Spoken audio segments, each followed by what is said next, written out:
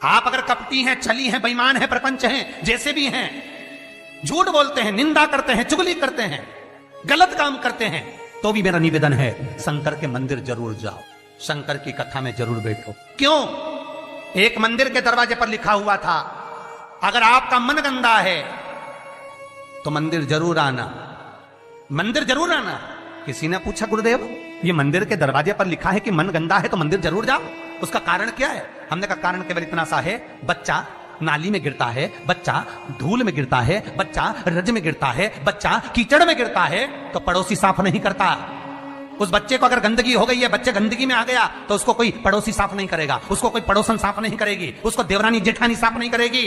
बच्चा अगर कीचड़ में गिरा है तो उसको उसकी मां और बाप ही साफ करेंगे। उसी तरह मन गंदा हो गया, चित्तवृत्ति खराब हो गई तो मेरे ये बाप के पास जाना, मेरी ये माता के पास जाना, और ये मेरा बाप, ये मेरी मां तुम्हारी जीवन की गंदगी को समाप्त कर देंगे। दुख आया, तकलीफ आई, कष्ट आया, रोग आई, बीमारी आई, तकलीफ हुई है, कहीं मत जाना, ये मेरे माँ बाप के पास जाना, शंकर और पार्वती के पास, उमा महेश्वर के पास जाना, ध्रुमा ध्रुमावती के पास जाना, कमल कमला के पास जाना, तारा तारेश्वर के पास जाना, भोले शंकर के पास जाना।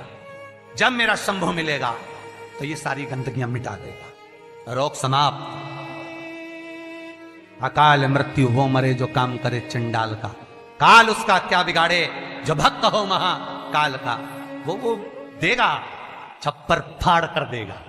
फिर निवेदन करूंगा, जितने कथा करवाए हैं, जितने कथा सुन रहे हैं और जितने पुण्य स्मरण दान स्मरण आदि कर रहे हैं, लिख कर रखो तारीख कि तुमने जो दान पुण्य करा है, तुमने जो ये 300 वर्ष में पढ़ने वाली इस श्रावण के महीने में तुमने जो कथा सुनी है, अगला श्रावण आए तुम बताना जरूर कि कितना पुण्य मिला है, कितना फल मिला, कितना लाभ हुआ, कितना धन कमाया, कितना वैभव कमाया।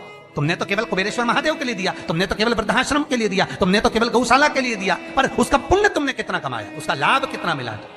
और मुझे बताना जरूर, फोन करके व्हाट्सएप पे लिखकर भेजना कि हमने जो करा था अगले साल यही तारीख, यही श्रावण का महीना, फिर याद कर कर बता कि मिला कि नहीं मिला, 4 गुना हुआ कि नहीं हुआ। वो शिव है, शिव शंकर है। वो तो मंदिर के बाहर निकलने वालों को तार देता है साहब, मंदिर के बाहर निकलने वालों। कितना सुंदर है। एक चरित्र आता है लिंग पुराण के अंतर्गत। एक सेठ मर गया, बड़ा कंजूसड़ा था, बहुत कंजूस। कभी जिंदगी में ना दान करा, ना पुण्य करा, ना सत्कर्म करा, ना भजन करा, ना कीर्तन करा। मंदिर की जगह को भी अपना बना लिया, सारी जगहों को घेर कर अपना बनाया। बावड़ी, तालाब, कुएं का पानी अपनी जमीन पर ले जाता। बहुत लालची था, बहुत लोभी, बहुत लोभी।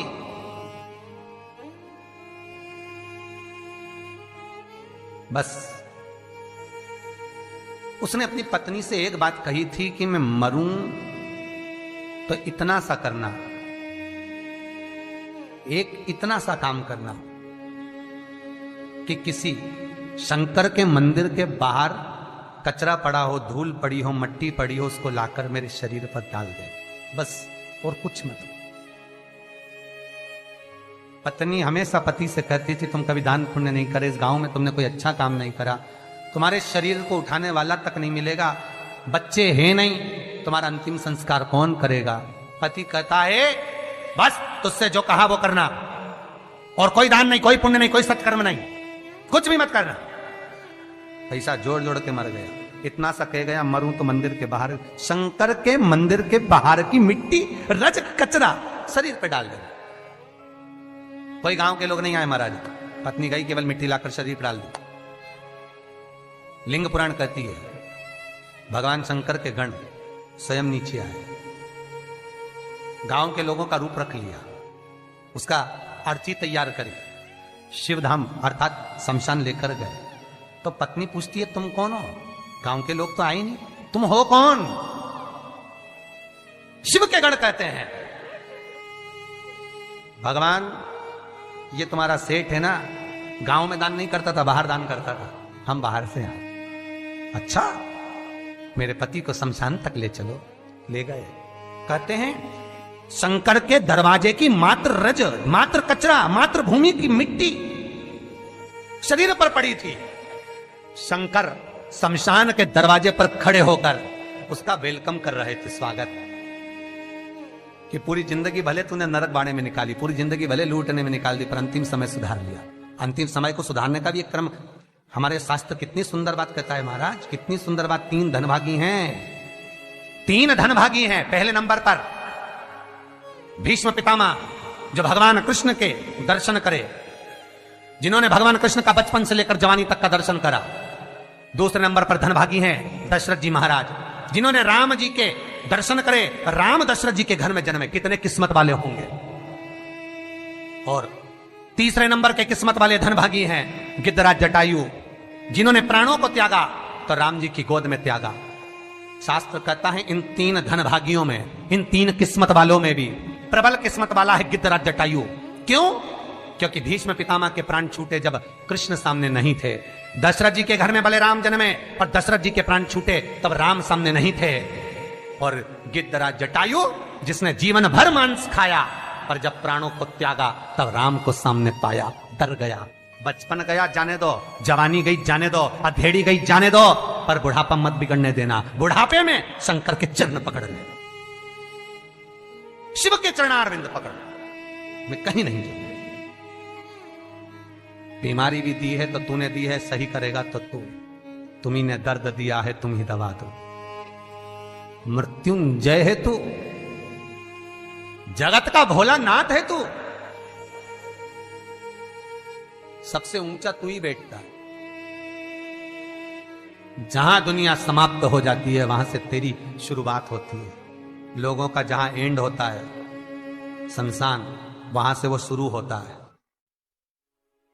जहां दुनिया का एंड है वहां से तू शुरू है। तो तू साधारण नहीं हो सकता भोलेनाथ। अगर मेरे चरण में कष्ट आया है तो तू सही करेगा, मुझे विश्वास है। भरोसा रखना। रोज शंकर के मंदिर के दरवाजे पर बैठकर शंकर पर 5 बेलपत्र चढ़ाकर 1 बेलपत्र उठाकर चबा चबा के उसके ही दरवाजे पर खा, घुटने भी सही कर देगा, शरीर भी करेगा। बस उस पर विश्वास,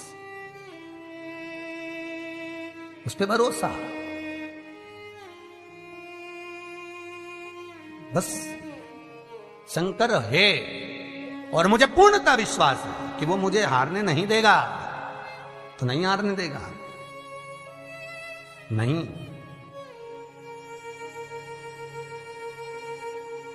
वो जीतने का लक्ष्य तत्व शिव ही दे सकता है, दूसरा नहीं। शंकर के सिवा कोई नहीं हो सकता महाराज।